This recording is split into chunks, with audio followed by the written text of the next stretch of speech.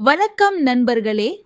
இன்று நாம் கேட்க போகும் கதை புத்திசாலியான காகத்தின் கதை. பழைய காலத்தில் ஒரு கோடை பருவத்தில் ஒரு கிராமத்தில் பெரிய வறட்சி ஏற்பட்டது. ஏரிகள் மற்றும் கிணறுகள் எல்லாம் வறண்டு போயின. அப்படி இருக்கும்போது ஒரு காகம் பறந்து செல்லும் போது மிகவும் தாகமாக இருந்தது. அவன் தண்ணீர் தேடி எல்லா இடங்களிலும் பறந்து பார்த்தான். ஆனால் எங்கும் தண்ணீர் கிடைக்கவில்லை. அப்படி அவன் ஒரு குடத்தை கண்டான். குடத்தில் கொஞ்சம் தண்ணீர் இருந்தது. அவன் மகிழ்ச்சியுடன் உடனே கீழே இறங்கினான்.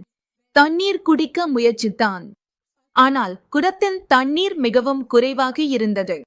அதனால் அவனால் வாயால் தண்ணீர் குடிக்க முடியவில்லை. காகத்திற்கு உடனே ஒரு யோசனை தோன்றியது. சிறிய கற்களை எடுத்து குடத்தில் போட்டது. குடத்தில் இருந்த தண்ணீர் மெதுவாக மெதுவாக உயர்ந்தது.